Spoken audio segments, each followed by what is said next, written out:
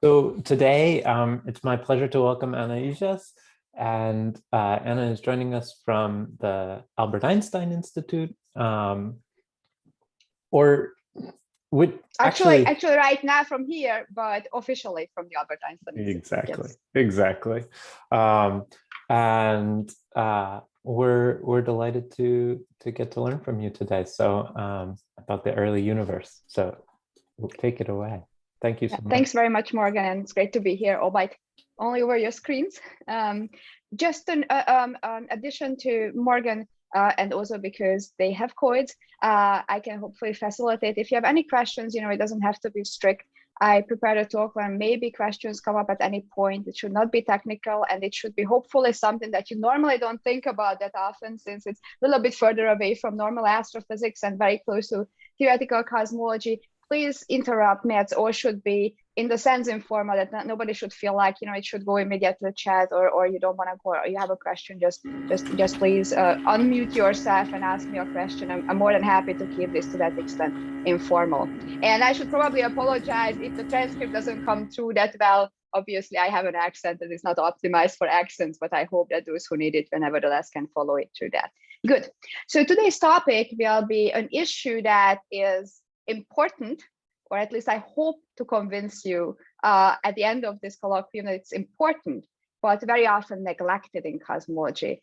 And this is the issue of the how do we explain the entropy in the early universe, which is very low, as opposed to today when it's very high. And how it might have focusing more on this problem might help us answer questions about the early universe, and perhaps maybe a universe as a whole, its evolution and origin, even today or in our future, that we otherwise would not figure. So it should be an additional argument to why to think out of the box in cosmology from a new but old point of view.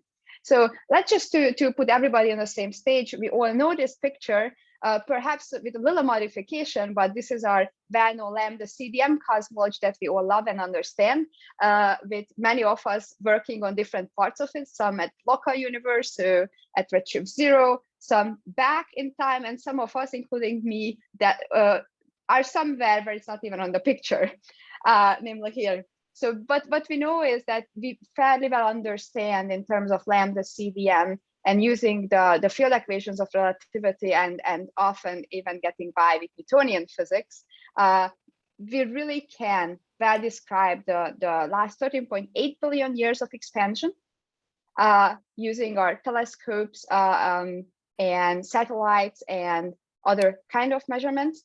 And we also know that we don't understand really well what happened in the first second. So even though we call lambda CDM often sloppily Big Bang cosmology, just because this is the name that it got, we really don't know what happened before the first second. What we know is that we have a hint, and the hint is coming from the cosmic microwave background, or from the last scattering surface, that tells us how the universe looked 400,000 years after the hot Big Bang hot expansion era started. And what we really learn from the microwave background is, as we believe, how the universe might have looked around 1 second after the hot expansion started.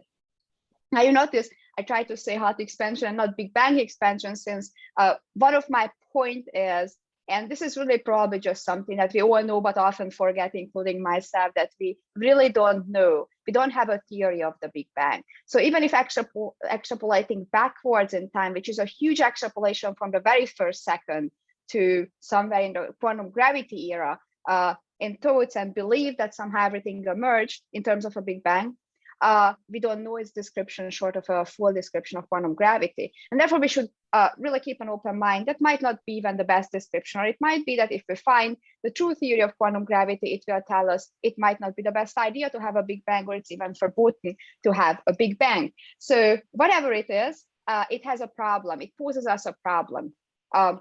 What we see from the microwave background, as opposed to how the early universe should look like. And there are a lot of features that we all know and all hear about. This colloquium won't be about those features, but just to recap, we first of all know that our universe, both the baby universe, but even on large scales today, not on small scales where we have such a rich structure, is smooth and flat. And by smooth I mean it's anisotropic and homogeneous. So it doesn't matter where you look, which direction you look, you should always see the same. And we are around about 500 megaparsecs. So I really am talking about huge scales. And it's looked like this throughout the evolution of the universe. And moreover, though, we know, because that's not the picture that you usually see from the microwave background. Of course, the picture that you usually see is this one.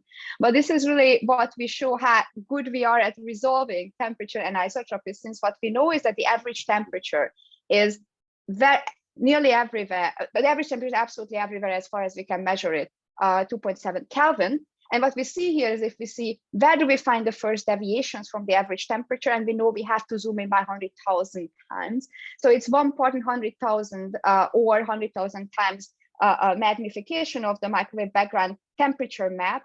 And we know that the hole and the hot spot really signalize an amplitude of 10 to the -5 deviations. We also know from measurements that the spectrum is nearly scale invariant and nearly Gaussian. And we also know that this is, as far as we can see, and that's thanks to the latest result, we have pretty amazing bands now on the gravitational wave amplitude, possibly coming from the early universe, thanks to the latest BICEP Keck release just a few weeks ago. We know it's very, very low. So as far as we can see, we haven't, we should say, yet detected and might have to wait a very long time to detect, or we will never detect, who knows, gravitational waves. That's why it's so exciting from the early universe. So these are the features that normally we focus on when we talk about the early universe or about the salient features of our universe. What we though have learned during, I would say, the past 40 years, that if we can explain this picture, if we can get a flat and smooth universe, then, and this is amazing. I really think that this is the main achievement of the past 40 years of early universe cosmology. We know how to generate this temperature spectrum, which we believe is seeded by some sort of quantum fluctuations in the early universe. That's whereby the smoothing mechanism then flattened and smoothed the universe. And I will talk today about two kinds of smoothing mechanism that would put these modes, which are of quantum origin in the early universe, over SuperHubble scales, or many, to be completely precise, 10 to the 28 SuperHubble scales, that then, when after this, whatever primordial phase enter the horizon, see the temperature fluctuation, gravitation, and stability and structure. So this is the nice story of early universe. And I would believe that the last 40 years, we all have focused on this, but we somewhat neglected some other questions that point towards where, what set the primordial phase that set the fluctuations? How do we describe the Big Bang? Do we really have a good theory of initial conditions? Because in order to smooth and flatten, we realize, whether we talk about, as we will in a second, inflation or other kind of alternatives to inflation, we know that our primordial mechanisms are relatively sensitive. One could say it was too mild, exponentially sensitive to the initial conditions as the universe, if you assume a Big Bang comes out of the Big Bang. So we have to go back to the drawing board, so to speak. We thought this was the hard question to explain anisotropies, and it was a hard question, but now that we have a good mechanism, it's time to go back to the drawing board for the other question that might have seemed easier. Second thing is what you might never think about, why we even have to explain why the universe is classical if we come out of a quantum Big Bang. And lastly, and this will be the topic for the remainder of the talk, how do we explain this very particular feature of the early universe that is very unexpected, here pictorially for the quantum Big Bang. If you come out of quantum Big Bang, where, if it's a Big Bang, it has to be a quantum Big Bang, where all the degrees of freedom, in particular, we would expect that gravitational degrees of freedom are excited, because why should they not be? It's a hugely highly energetic event shaking all degrees of freedom. That's the default. As a matter of fact, this is where we assume the Big Bang entropy problem starting, as pointed out earliest in 1989 by Penrose, that first of all, we would expect large entropy and entropy distributed in both in the gravitational and the stress energy, or simply speaking, matter sector. But what we see or can conclude from where we are today is that the total entropy is in fact tiny in the early universe. And it's not in the gravitational sector. If you assume that for the purposes of the next 2 slides, we don't assume any type of inflation. So coming out of the usual hot Big Bang that gave rise with these fine-tuning problems to the emergence of inflation, if you come out of that Big Bang, what happens is, for some reason, the universe chose not to excite the gravitational degrees of freedom. And in hot Big Bang cosmology, all entropy is stored in the matter radiation sector. Of course, this is very much opposed to how it looks today, since today, all entropy is stored in form of Bekenstein entropy in supermassive black holes. So we have to get there somehow from the matter radiation sector. Today, it's entirely into the gravitational sector. We don't quite understand, assuming a Big Bang height got there. Now, you might think, or you should think, that if you go with the standard picture, then you have to ask, well, can inflation, a hypothetical phase that should have taken place after the hot Big Bang, or after the Big Bang in terms of the singularity or quantum gravity era, and before nucleosynthesis, where the universe was supposed to be flattened and smoothing to a phase of accelerated expansion, can inflation solve this question? And the simple answer is no, it cannot. And inflation was not introduced to solve this question. By the way, inflation gives a good example why one might be able to solve the homogeneity and flatness problem, the horizon problem, and might be able to explain the fluctuation, or at least give a story for description of how the fluctuation might have emerged without adding to the entropy problem. As a matter of fact, what happens really is in inflation that because we introduce this inflaton, now you go from all the entropy being instead of stored in the matter radiation sector and not in the gravitational sector. What's happening is you cannot store the initial, so the partition problem becomes even more peculiar, since now all entropy has to be, even in the matter radiation sector, the entropy has to be suppressed after the quantum gravity era, and in the gravitational sector, and all entropy has to be uniformly stored in, and by entropy, really, if you think, what does she really mean? For the purposes of this talk, it's really enough to say what degrees of freedom are excited. And the interesting thing that the only degrees of freedom that are excited are the scalar field degrees of freedom, the inflaton degrees of freedom that should be driving this accelerated expansion, having a dark energy-like equation of state, so W being close to -1. Some call it also the Sitter-like space. And that's even more peculiar because now you have to explain why there is no entropy in the matter radiation sector either. And you also have to explain why the entropy is so homogeneously distributed in the scalar. And Penrose quantified this, and this is something that nowadays you might hear about a lot since he got the Nobel. He goes around telling a lot about this story. And I should just mention, we might have different points of views about his suggestion how to solve this problem, his conformal cyclic cosmology. However, the problem that he pointed out already in the late 80s, it's really an important problem. I think it should be well taken. That so the hot Big Bang cosmology has an entropy problem, both in terms of the low entropy and the strange partition of the entropy. But now if you add to that inflation, that makes the problem, even if it's a good solution for the homogeneity, flatness, and horizon problems, and can explain the fluctuations, it makes the entropy problem. That's when Penrose wrote in this famous paper in '89 that inflation gets nowhere close to solving the initial conditions problem. He means inflation makes the initial entropy problem worse. Now, admittedly, this problem was not in the center of attention since we thought, well, first let us explain the cosmic microwave background. That's more important, we can measure it. This might be an abstract issue. But what I believe is really important now that we have some good description and we know that what we need is quantum fluctuation and some mechanism that can put them on super horizon scales. And what we really need is go back to question that might tell us, well, which smoothing mechanism might be preferred both by observations and also by other questions that should not be neglected if we want to have a full theory of the origin of the universe. And Penrose's main claim, and that's where I will get in the next second, is to take it very seriously. It might be that our problem is the Big Bang. It might be that it will be very difficult, if not impossible, to solve this problem as long as we assume that space-time emerged from a quantum foam or a quantum gravity stage. Because that might not, and this is what actually leads him to his strange model, because of conformal cyclic cosmology, because what he wants to say is, and he mentions it a lot, so I just want to give you a context, which part I believe is very valid and which part is very speculative at this stage, where he mentions, I came to the conclusion that the Big Bang cannot be quantum gravity. That comes from that he really cannot imagine, and he might have a point here, that a fully quantum gravity beginning will ever be able to explain how you relax the gravitational degrees of freedom and store everything either in the matter radiation sector or some sort of influence sector.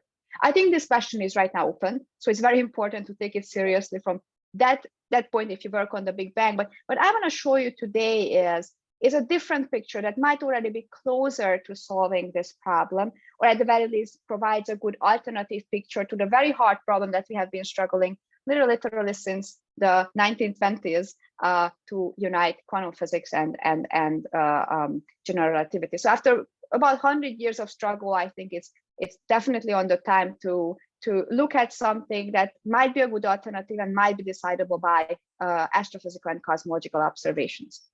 And where I want to start is this idea that we have two problems. So how do we have, first of all, a low entropy state? So what makes the entropy density, so the amount of entropy within our observable Hubble patch small for the beginning of let's say by nucleosynthesis of the radiation domination era? That's the one question. So we need, first of all, a mechanism, whatever mechanism that shrinks the entropy density. That's how, you know, I'm a theorist, so I start there. Okay, which question am I be able to attack first? What might be the simplest part of the problem? And then the question is, okay, if I find such a mechanism, is it possible that that mechanism actually can resolve other problem, or can truly be the mechanism that sets the initial data or the initial conditions for hot Big Bang evolution, or I would say hot expansion? So hot Big Bang evolution is something without the bang, it's not the CDM, or more precisely, I probably should just call it hot expansion as we know it. So the last 13.8 billion years. So and this is an idea. Of course, I don't come to it without previous interest. This is an idea that I have been interested in for a long time. I mean, the fact that the universe might have emerged from not a bang, but a transition from an earlier contracting phase that we often call a bounce. And I would say that in the last 2 or 3 years, we made very interesting progress on this idea, making the idea, at least to the smoothing, with respect to the smoothing phase, sharper. And that's why we also understood a lot about it, how it might help with the entropy problem. So what I will tell you is a little bit about the basics. I have here about 15 more minutes of this idea and how it affects the entropy problem, including a little bit touching on the progress we made and afterwards. But any point, you know, if you have questions or any point we can return, and you can let me say more about one part of the other. Okay, so what is the idea of slow contraction? Well, I tend to say that slow contraction is very much the idea that probably would not have emerged without our knowledge about inflation and how I imagine it flattening and smoothing the universe. And that's why I believe it's not by accident that the same people who were instrumental in proposing and developing the idea of inflation came up also with this idea. I don't really think that they had to be that unhappy with inflation to come up with this idea. It's just good science to see, oh, the idea we thought works in one context also works in other contexts and might have good implications for the context. And here, of course, I talk about Paul Steinhardt and collaborators, Neil Turok, Corey, Ofruit, and so on in the early 2000s, who showed us that if we have a phase in which the universe first starts at a very low energy, very low temperature, really low temperature, like could be a temperature today, and a huge Hubble patch, so big Hubble radius and very low energies. We know that they are inversely proportional to one another. Here I will work in Planck units, and the Hubble radius is just usually a dot over a, or the logarithmic time derivative of the scale factor, which I here denoted a. Then by way of using general relativity, which is really leading to a beautiful relation in a spherical, symmetric, or flat and smooth universe, or Friedman, Roberts, and Volcker universe, just says that the Einstein equations really reduce to this very, very simple relation. And this is true at any time. This is true for if you introduce inflation. That was the underlying idea of inflation as proposed by Guth and others. And then it also underlying the slow contraction. But we can also describe the radiation and the matter dominated and the dark energy dominated era by just the simple relation only if we are interested in how the Hubble patch, which we can think of as during the matter radiation era is to good approximation of the horizon, Otherwise, you have to be a little bit cautious and say that the Hubble radius is too good approximation, the scale of causal interactions. Again, I'm not here, it's for the purposes of this talk. I'm as pedestrian with the definition as I can. And then what general relativity tells us that in general, how the Hubble radius evolves is different from how physical scales, here represented by the scale factor, evolves during both expansion and contraction. And this different rate of evolution, whether different rate of expansion of the causal interaction scale versus the physical scales, is all imprinted into our stress energy. But on a homogeneous and isotropic background, the stress energy is, here I just parameterize a little bit differently than you are usually used to, but it's all imprinted into an effective equation of states, which we can assign to any form of matter, any form of stress energy, to scalar fields, to matter, to radiation, and so on. It is just the usual, if you take a component, then it's just simple, here 3 has 1 plus, as you know, it W, so W is pressure over energy density of a given component. And so just for a reminder, for inflation, it would be that epsilon is very small, it's smaller than 1. So A grows very fast, while H inverse of the Hubble radius is nearly constant. That's what some people also call de Sitter evolution or de Sitter-like evolution. The closer epsilon is to 0, there you can see it requires W close to -1. And this is exactly also what we have today. And that we know leads to accelerated expansion, and slow contraction acts differently. Because what we want here is twofold. So the idea is to flatten and smooth the universe on SuperHubble scales. So in particular, here I focus on how do we make a right kind of patch, which is already smooth and flat one Hubble patch, and the fluctuations emerging from this patch on SuperHubble. This is happening, and this relation will be very important for the entropy too. This is happening by, in inflation, you would just let everything rush out of your Hubble patch, while you keep the Hubble patches, size of your Hubble patch is nearly constant. While in slow contraction, opposite is happening. It's slow because epsilon is very big. It can be 3 or higher. As a matter of fact, I will show you examples in a second where we numerically simulated this space where it's very, very big. What happens is, and that's why the contraction is slow, it's very counterintuitive to what we usually know about Newtonian contraction, where you think it's crunches matter, but actually it happens, physical distances hardly change. A is nearly remaining constant, and the bigger epsilon is the quicker the Hubble radius shrinks on it. And that's how things that were connected before causally become causally disconnected. And just want to have one imagines this typically in cosmology that is supplied by a scalar field. And we know that if you have, for example, a scalar field which is an exponential potential with a characteristic energy scale of a mass scale m for the field, then we can solve the Friedmann equations exactly by pencil and paper, which is a very good first student exercise.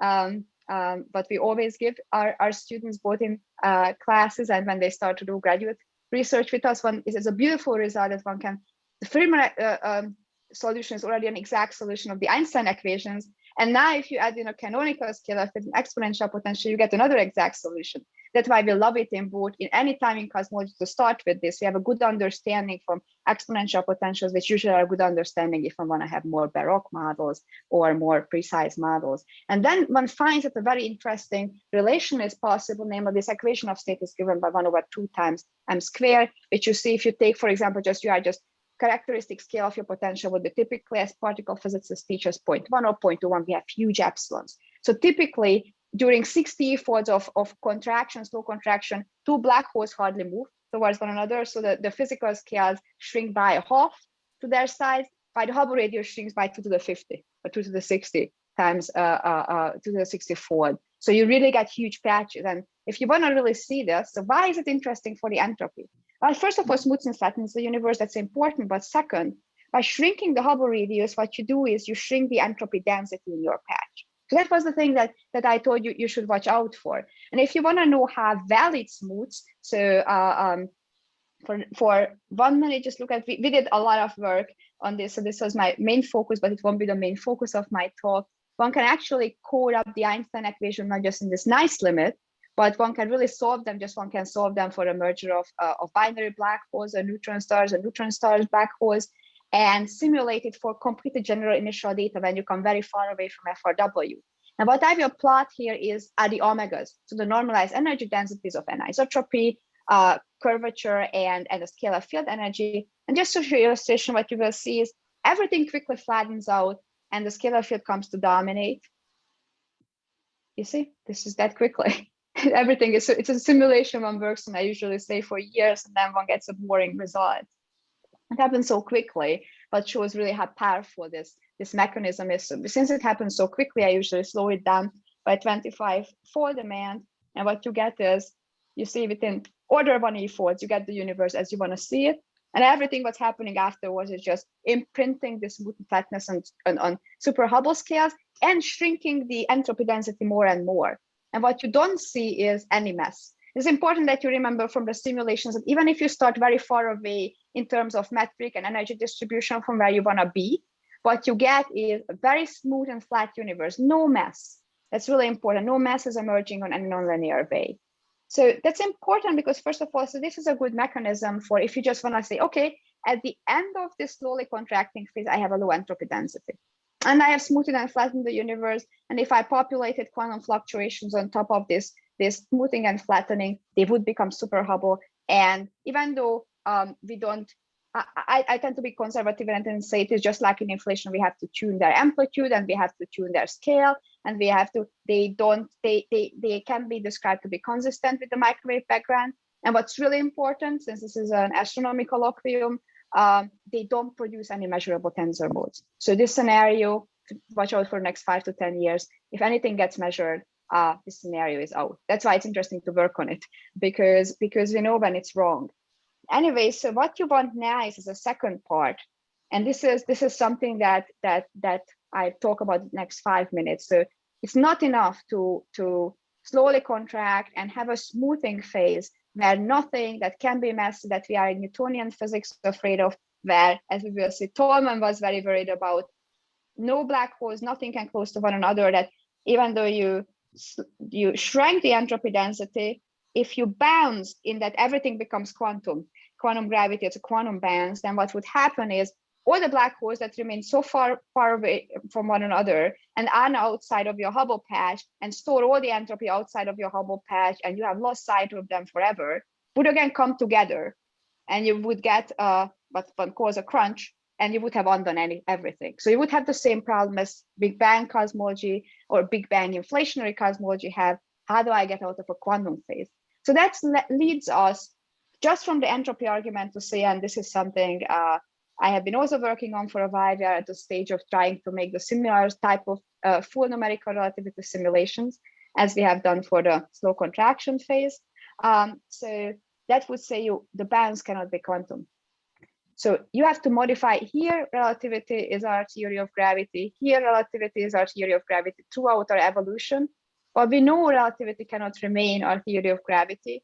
And from the entropy problem point of view, it might be a suggestion to say we cannot wait to modify Einstein gravity until the Planck scale, until we reach the Planck scale with modifying Einstein gravity. We might have to do it 1 or 2 orders of magnitude below, so that we never let space-time vanish into a quantum form or a quantum gravity phase, but bounce at a classical scale. So this is a new kind of argument for why to take such ideas seriously. And I should mention there are, in the meantime, many groups who work on these type of ideas. Robert Brandenburger's group or Sujit Rajendran at Hopkins and others. So we just have one example, but starting with one example is a good one.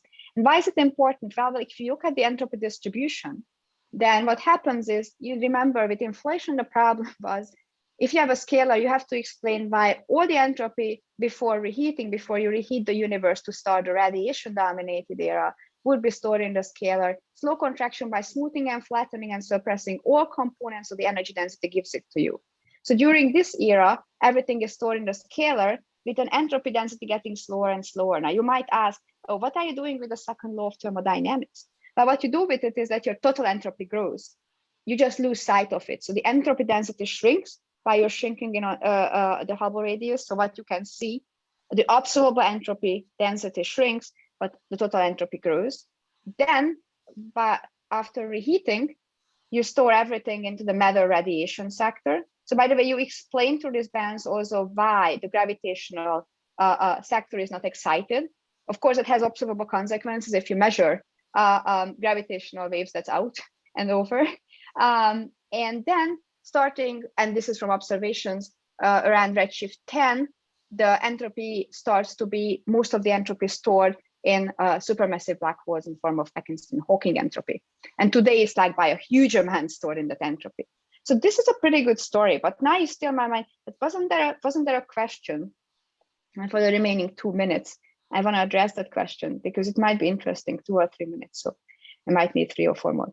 That Tolman was bringing up, but isn't such a picture incompatible with the second law of thermodynamics? But this one is not. This one is a single bounce. What is a so-called cyclic universe. And a cyclic universe would ask the question, should I stop with such a model? Well, if I was only interested in explaining the conditions here and here, that's a pretty good start. Because I also know that this is fairly insensitive to the initial data. On the other hand, you might ask, where do I get my scalar field from? What do I say about this? Where does dark energy come from? Again, you just cosmologists put together something without any relation to, or not much relation to observation, except you tune a little bit for, you explain the flatness and smoothness, but you don't generically explain what we measure, the exact spectrum. And you have no idea about dark energy still. It would be, though, since it's a salient feature of our universe, it would be important. Instead of introducing here an ad hoc scalar, maybe you can do something with dark energy. And that's why the idea of the cyclic universe comes in. And this is the wrong kind. This is the one that Friedman and Tolman Friedman introduced and Tolman criticized. And they criticized it exactly on these 3 grounds. Namely, in this case, you didn't just make the universe expand and contract and expand and contract, but you also crunched it. You had a quantum bounce. And as I explained, the quantum bounce always leads to, so not just h or the Hubble radius was changing periodically, which signalizes the switch between contraction and expansion, but with the zero crossing being once the bounce, once the going from expansion to contraction, but also the scale factor. But and that led to all the problems. If you crunch, you lose everything what you want through slow contraction. And how bad it can be, I just want to show you simulations where you don't have this scale and what people were worried about. And without the scalar, I told you, watch out, because that typically one would expect mass. So a simulation without the scalar field with just matter or with a positive potential would make you really look like this as you approach the bounce. It's called chaotic mixed master behavior, just so you see. This is how Einstein relativity behaves without this magical negative potential scalar. So this is what one can also evade. And what you get to next is, now you ask yourself, so, and this is what I want to close with, what do you win from, apart from, can you perhaps explain more from a cyclic universe, be more observationally predictive, and still solve the entropy problem, still solve the homogeneity and flatness problem, and perhaps constraining more on the exact spectrum of the fluctuations? Then one just follows, so to speak, one's own theory and asks, okay, well, we know that slow contraction makes the, and here the physical distances are noted by the red curve, and the Hubble patch is just the blue curve. The Hubble patch oscillates. So as I go from one cycle to another, it goes from slow contraction, shrinking a lot, expanding 60 efforts plus about 10 efforts of dark energy expansion, and shrinking a lot. A Hubble radius always shrinks as much as it expands. That's periodic. But what happens is, due to the fact that A and physical distance only slowly contract, and you don't crunch but transit by modifying gravity at a lower scale than the Planck scale, but still very high energy scale, what you read is that nothing crunches, black holes don't merge, don't get to one another, but what really happens is physical distance is hardly changed to slow contraction, shrink a bit, and then expand a lot, really e to the 60 times plus the dark energy expansion, which is again times e to the 10, so again 10 efforts of dark energy expansion. And if you continue that way, you see that what happens is, it's a very different picture than the Tolman picture was, and this is the picture. You have an oscillating Hubble radius where the energy density oscillates, or the energy scale, between 10 to the 10 JeV to 10 to the minus 10 to the 10 JeV for the Hubble parameter. The distances shrink between the Hubble's patch by the end of slow contraction has a radius of 10 to the minus 25 centimeter. And as we think before the dark energy phase ends and it moves over to slow contraction, Hubble patch is huge, has a size of 10 to the 28 centimeter. And then but what the scale factor does, it shrinks a little, expands a lot, shrinks a little, expands a lot. And so if you, and this is, I think, a pretty cool result. So if you assume that everything what drives the drives this, the same scalar that dark energy might not be a cosmological constant, but perhaps to slowly vary, either a scale that right now sits in a metastable minimum, or a scale that might quintessence-like scalar. Let's, for example, as right now pursued also by swampland configuration, by Wafa et al. If it slowly rolls out of that phase, what would mean is that the same scalar that might drive our dark energy evolution can drive us from expansion to contraction, and from contraction to slow contraction, and from slow contraction to a gentle bounce to hot expansion. And if you ask, how does it look like on average? Because no cosmologist can really live without de Sitter. We often say that maybe dark energy is a hint that the early universe went through a de Sitter-like phase.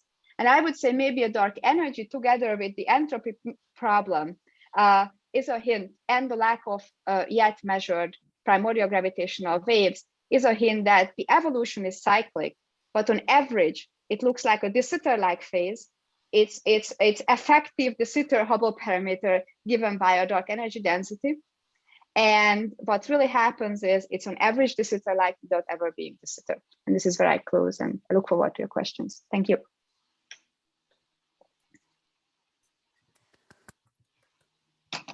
Thank you so much. Okay, so everyone, feel free to send me your questions. Or just ask me. Or go ahead and speak up. You can raise your hand if you wish.